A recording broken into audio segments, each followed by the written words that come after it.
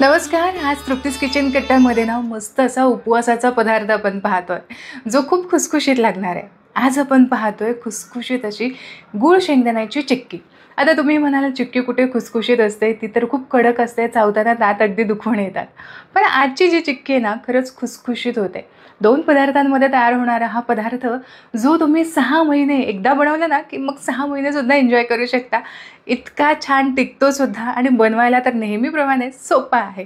चला आज बनवूयात खुसखुशीत अशी चिक्की, जी तुम्हाला उपवासाला सुद्धा चालेल. इतर वेळेस मुलांना सुद्धा अधूनमधून काहीतरी खावंसं वाटतं, आपल्याला सुद्धा जेवणानंतर काहीतरी गोड हवं असतं. मग हा चिक्कीचा ऑप्शन ना खूप पौष्टिक सुद्धा आहे आणि एक छान ऑप्शन आहे. चला ही चिक्की नेहमीप्रमाणे सोपी असणार आहे, अतिशय सोपी करून मी तुमच्यासमोर मांडलेली सुद्धा आहे. त्यामुळे हा व्हिडिओ शेवटपर्यंत जरूर पहा. सुरुवात करूयात. सगळ्यात आधी आपल्याला शेंगदाणे भाजून घ्यायचे आहेत. तर नुकतीच कढई मी गॅसवरती चढवली आहे. गॅसची फ्लेम मी मध्यम केली आहे. मध्यम आचेवरती 1 कप भरून किंवा वाटीचं प्रमाण तुम्ही घेऊ शकता. किलोचं प्रमाण जरी घ्यायचं असेल तरी एका वेळेस अर्धा किलो एकट्याने करत असाल तर अर्धा किलो प्रमाण घ्यायचं. सुरुवातीला 2 मिनिटांसाठी मध्यम आच ठेवली आणि यानंतर मी गॅसची फ्लेम लो केली. लो फ्लेमवरती शेंगदाणे आतमध्येपर्यंत छान आपल्याला भाजतील असे भाजून घ्यायचे आहेत. बघा इथे शेंगदाणे भाजून झालेले आहेत, साल तडकलेली आहे आणि अजिबात तुम्हाला कुठेही यावरती असा डार्क स्पॉट दिसणार नाही. म्हणजेच आपल्याला हे शेंगदाणे थोडा जास्त वेळ म्हणजे अगदी एक 15 मिनिट जरी लागले शेंगदाणे भाजण्यासाठी ना तरीसुद्धा लागू द्यात. पण हे शेंगदाणे छान खुसखुशीत असे भाजायला हवे. आतमध्येपर्यंत भाजले गेले की मग अशी चवसुद्धा खूप छान येते ना, म्हणून मग थोडेसे जास्त वेळ भाजून घ्यायचे, पण लो फ्लेमवरतीच. ते शेंगदाणे थोडेसे थंड झाले की यावरची साल मी काढून घेतलेली आहे. सहज साल निघते जेव्हा शेंगदाणे तुम्ही व्यवस्थित भाजता त्यावेळेस. बघा इथे प्रॉपर असं मी सगळ्या शेंगदाण्यांची साल काढून घेतली. एक वाटी भरून ही भरलेली आहे आणि यानंतर ही आपल्याला मिक्सरच्या भांड्यामध्ये फिरवून घ्यायची आहे. तर इथं शक्यतो छोटं भांडं न वापरता मोठं भांडं वापरायचं. छोटं चटणीचं जे भांडं असतं ना यामध्ये पटकन कूट होतो. आपल्याला अगदी बारीक असा कूट नको आहे, तर थोडासा जाडसरच कूट हवा आहे. म्हणून मोठं भांडं घ्यायचं. मोठ्या भांड्यामध्ये असं फिरवून घेतलं की शेंगदाण्याचे असे थोडेसे जाडसर जरी शेंगदाणे राहिले असतील तरी ते पुन्हा काढून घ्यायचे. मिक्सरला फक्त पल्स मोडवरती एकदा फिरवून घेतलं की मग हा कूट व्यवस्थित असा होतो. अगदीच बारीक आपल्याला कूट नको आहे. तर बघा थोडंसं जाडसर शेंगदाणे राहिले, ते पल्स मोडवरती फक्त एकदा फिरवून घेतले आणि अगदी परफेक्ट असा आपला शेंगदाण्याचा कूट इथे तयार झालेला आहे. तुम्ही हा बघून घ्या किती जाडसर आहे किंवा किती मी बारीक असा दळला. आता नॉनस्टिकची कढई तुमच्याकडे असेल तर चांगलंच आहे. जरी नसेल तरी स्टीलची कोणतीही तुमच्याकडे असेल ती घ्यायची. नॉनस्टिकची कढई असेल तर फार चिकटत नाही ना साईडला. तसंच इतर जर कढई असत्या तर त्या थोड्याशा गूळ असं साईडला चिकटतो आणि वेस्ट जाण्याची शक्यता असते. म्हणून मग असेल तर नॉनस्टिकची कढई तुम्ही घ्या.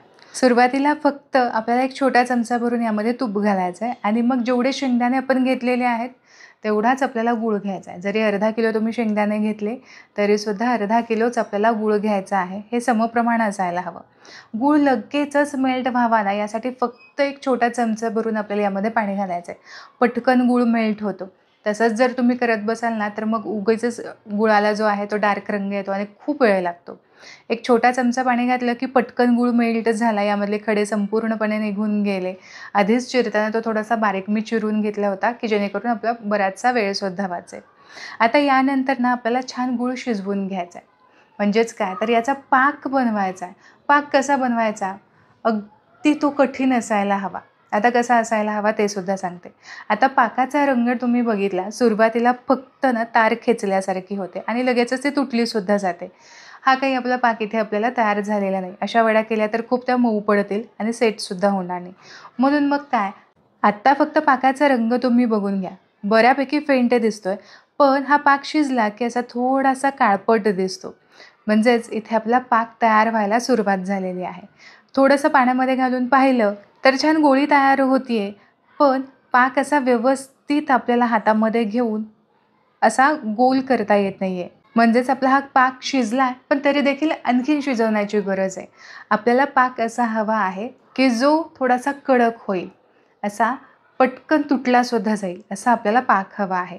आता तुम्ही म्हणाल की जर इतका पाक आपण शिजवून घेतला तर चिक्कीसुद्धा तितकीच कडक होऊ शकते, कठीण होऊ शकते. पण तुम्ही माझ्यावरती विश्वास ठेवा, अतिशय खुसखुशीत होते. आता पुन्हा मी पाक पाण्यामध्ये काढून बघितला. यावेळेस काही पटकन असा पाक पडला नाही. व्यवस्थित असे बारीक बारीक थेंब पडलेले आहेत आणि आता तुम्ही याची गोळी बघू शकता. परफेक्ट गोळी झाली आहे. खेचलासुद्धा जातो आहे पाक, पण ना याची तार जी आहे ती अशी कडक होत नाही आहे. म्हणून फक्त आणखीन एक अर्धा मिनिटांसाठी मी पाक शिजवून घेतला. आता यानंतर पुन्हा पाण्यामध्ये घालताना आधीपेक्षा थोडंसं दाटसर हे मिश्रण वाटतं आहे. आता बघा, गोळी खेचली जाते आहे, छान गोळीसुद्धा होती आहे, पण हा पाक असा तुटतो आहे हाताने. जसं आपले कडक एखादा पदार्थ कसा तुटतो तसाच हा तुटलेला आहे.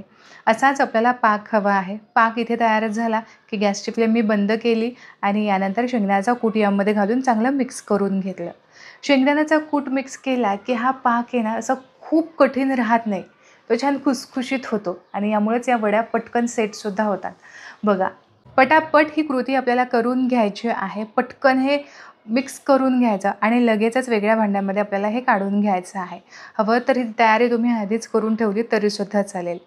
एका चॉपिंग बोर्डवरती, पोळपाटावरती असं बटर पेपर मी लावून घेतलं किंवा ताटाला, एखाद्या पोळपाटाला तुम्ही तूप लावून घेतलं तरीसुद्धा चालेल.